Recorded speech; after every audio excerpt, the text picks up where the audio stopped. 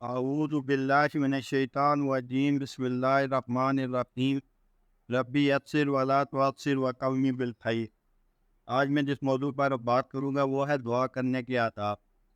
دعا کے بہت سے آداب ہیں۔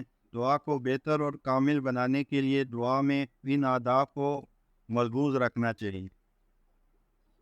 دعا سے پہلے اللہ تعالیٰ کی تعریف کرنا چاہیے اور حضرت صلی اللہ علیہ وسلم پر درود پڑھنا چاہیے، کیونکہ دعا میں اللہ تعالیٰ سے اس کے انعامات، احسانات، رحمت اور مغفرت طلب کی جاتی ہے۔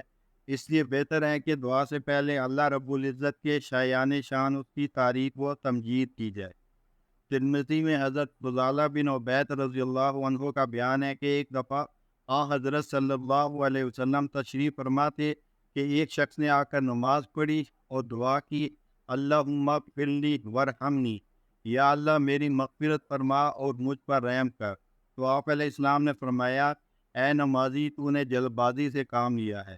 جب تو نماز پڑھ کر بیٹھے تو اولاً اللہ کے شایان شان اس کی حمد بیان کر، اس کے بعد مجھ پر درود بھیج، پھر دعا کر۔ حضرت فضالہ رضی اللہ عنہ فرماتے ہیں کہ پھر ایک اور شخص آیا، اس نے اللہ کی حمد بیان کی اور نبی علیہ السلام پر درود بھیجا۔ اسے حضرت صلی اللہ علیہ وسلم نے فرمایا، اے نمازی، دعا کر قبول ہو۔ حضرت عمر بن مرہ فرماتے ہیں، میں نے ابو وائل کو سنا، وہ کہہ رہے تھے کہ میں ابو وائل نے حضرت عبداللہ بن مسعود رضی اللہ عنہ سے سنا، تو میں عمر بن مرہ نے مجھ سے کہا، کیا واقعی آپ ابو وائل نے حضرت عبداللہ بن مسعود رضی اللہ عنہ سے سنا؟ تو انہوں نے کہا، ہاں۔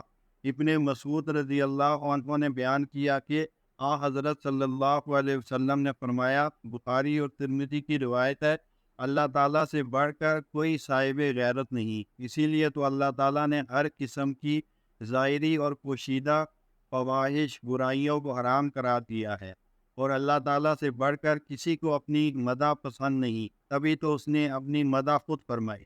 چنانچہ قرآن مجید میں سورہ فاتحہ کی پہلی 3 آیات ہیں، الحمدللہ رب العالمین، تمام تعریفیں اللہ رب العالمین کو سزاوار ہیں، الرحمن الرحیم، جو رحمان و رحیم ہے، مالک یوم الدین، اور قیامت کے دن کا مالک ہے۔ نیز سورہ بروج میں ارشاد فرمایا، وَهُوَ الْغَفُورُ الْوَدُودُ ذُو الْعَرْشِ الْمَجِيدُ فَعَالٌ لِمَا يُرِيدُ، وہ بخشنے والا اور نہایت مہربان ہے، بزرگی والا، عرش کا مالک ہے اور جو چاہے کرتا ہے۔ اللہ تعالیٰ کو اپنی حمد و تعریف بڑی محبوب اور پسندیدہ ہے، لہذا بندہ جب اس کی مدح و توصیف کر کے دعا کرتا ہے تو یہ قبولیت دعا کا وسیلہ بن جاتی ہے۔ چنانچہ ایک بار حضرت صلی اللہ علیہ وسلم نے ایک آدمی کو سنا، اس نے کہا، یا ذل جلال والاکرام، تو آپ نے فرمایا، تو مانگ، تیری دعا قبول ہے۔ واضح رہے کہ اللہ تعالیٰ کی تعریف و تمجید کی غرض و غایت یہ ہے کہ اس کی تعریف و تمجید پر اللہ رب العزت اپنے بندوں کو بدلہ اور ثواب عطا فرمائے، ورنہ اللہ رب العزت تمام جہانوں سے بے پرواہ اور بے نیاز ہے۔ کوئی انسان اللہ رب العزت کو نہ نفع پہنچا سکتا ہے اور نہ نقصان پہنچا سکتا ہے۔ پھر اسم اعظم حضرت ابو ہریرہ رضی اللہ عنہ فرماتے ہیں کہ اللہ کے رسول صلی اللہ علیہ وسلم نے ایک آدمی کو یہ دعا کرتے سنا، اللہم انی اسألک بانی اشہد انک انت اللہ لا الہ الا انت الاحد الصمد الذی لم یلد ولم یولد ولم یکن لہ کفوا احد۔ یا اللہ، چونکہ میں گواہی دیتا ہوں کہ تیرے سوا کوئی دوسرا عبادت کے لائق اور مستحق نہیں، تو اکیلا اور بے نیاز ہے، جس نے نہ کسی کو جنا اور نہ اسے کسی نے جنا، اور جس کا کوئی ہمسر نہیں، لہذا میں سوال کرتا ہوں کہ یہ سن کر آپ صلی اللہ علیہ وسلم نے فرمایا، اس آدمی نے اللہ کا ایک بہت بڑا نام لے کر دعا کی ہے، یہ نام لے کر جب سوال کیا جائے تو پورا ہوتا ہے، اور جو دعا کی جائے قبول ہوتی ہے۔ امام طبری رحمہ اللہ فرماتے ہیں کہ اس حدیث سے ثابت ہوتا ہے کہ اللہ تعالیٰ کا ایک نام بڑی عظمت والا ہے، جس کے واسطے سے جو دعا کی جائے قبول ہوتی ہے۔ یہ بات اور بہت سے احادیث میں بھی ہے، کیونکہ دیگر احادیث میں بہت سے ایسے اسماء بھی ہیں جو اس حدیث میں نہیں، البتہ اللہ نام تمام روایات میں ہے۔ اس سے استدلال کیا گیا ہے کہ یہی اسم اعظم ہے۔ پھر سوال اور دعا میں فرق۔ ایک حدیث میں سوال اور دعا کا فرق بیان ہوا ہے۔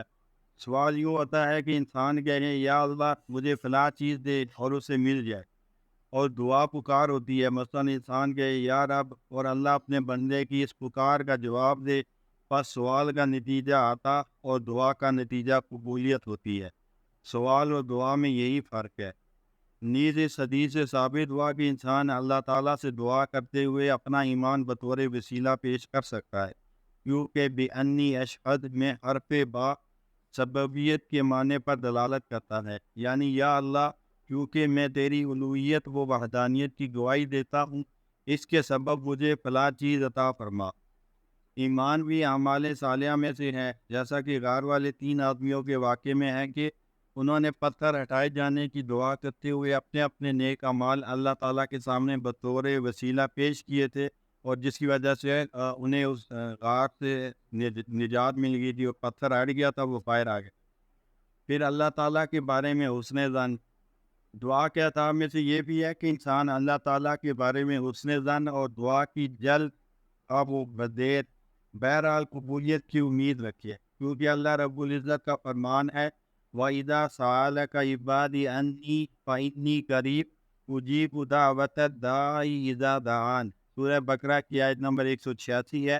اے نبی صلی اللہ علیہ وسلم، جب میرے بندے آپ سے میرے بارے میں پوچھیں تو آپ فرما دیجئے کہ میں قریب ہی ہوں، پکارنے والے کی پکار کو جب بھی وہ مجھے پکارے میں قبول کرتا ہوں۔